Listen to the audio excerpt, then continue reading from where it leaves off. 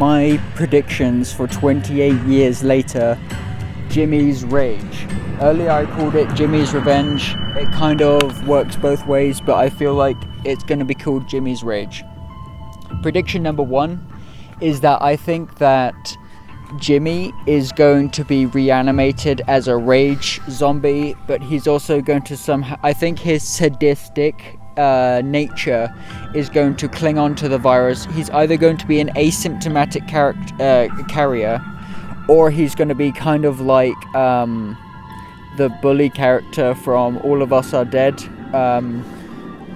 Guinam, where he's like a zombie. He's a superpowered zombie, but I think he's going to be just like a blind rage zombie, but he's going to be let loose. I think it's going to open with him upside down on the cross, and his thrashing of being infected he's going to free himself. He's going to wiggle out of the restraints. He's going to like tear his wrists open, whatever. I think that Jimmy is going to be a rage zombie antagonist who goes around the wasteland trying to find Spike, and that's going to be the major conflict of Jimmy trying to hunt down Spike and get revenge for what he did, and also Jimmy Inc. Next prediction is that I think Samson he's like fully cured now. He's probably there's going to be a scene right after that of Samson carrying Kelson and make a burial site. I think he might either take him somewhere. I don't know where he's taking him, but he's going to bury him, or he's either going to crudely burn him and then put his skull on the ossuary. Next prediction, and Samson, I think he's going to fight. So he'll find Spike and Jimmy Inc. and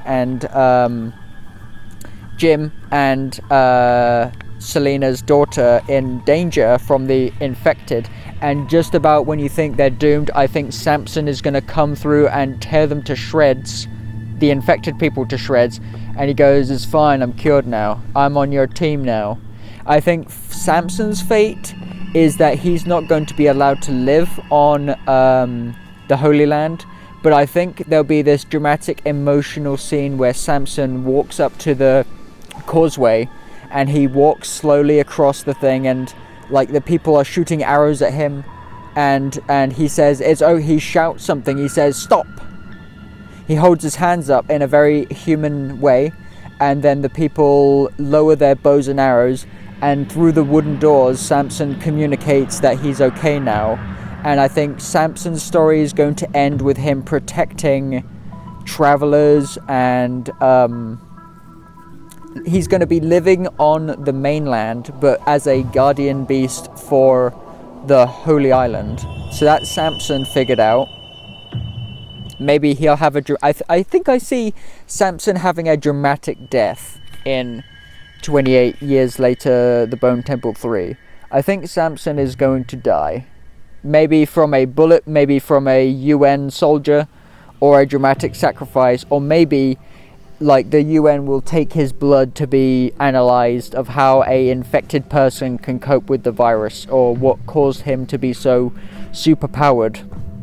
I think the end credits might end with the USA developing some kind of super soldier program from Samson's superpowered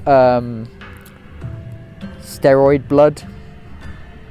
What next? Oh yeah, the baby. I think the baby is going to accidentally infect a woman when it tries to nurse. I think a woman will, like a woman who, like a wet nurse or something, will try to feed the baby from her body, but the baby saliva might infect the woman. She turns into a zombie and she's killed. It doesn't cause the Holy Island to get destroyed, but that woman is now dead. People then try to blame the baby, but then like the UN tries to find the dead soldiers that washed up there, and they will see the baby, and the people will be like, it's infected. I think the baby will be put on a battleship and in a field hospital on like a battleship or something, where it's quarantined, it will be studied, and that will be the actual answer to the rage virus. I don't think it'll be a cure. I think it'll kind of be like, instead of a cure which reverses zombiehood, I think it will be more like a vaccine that makes soldiers immune to the rage virus. And it's kind of like the end scene to World War Z, or Z, World War Z, where soldiers are vaccinated against the Solomon virus, and they're able to like lure zombies into big football stadiums and then nuke them. So that's the baby. Spikey. I think Spikey's end story, I think he's going to be traveling around, but then he's going to be thinking about what happened to Kelson. I think what's going to happen is that they are going to go back and find that Samson has taken Kelson. Maybe Samson says that he's dead. Oh no, never mind. Spike knows that. Spike saw him die. Never mind. So then what happens is that Spikey then is the one who becomes the new Kelson. He adopts the iodine, he adopts the clothing. He basically becomes the witch doctor for other people. And then what happens is he then finds Kelson's bunker, and then he finds all this research notes, and then he, like, oh, a dog. That means people are here.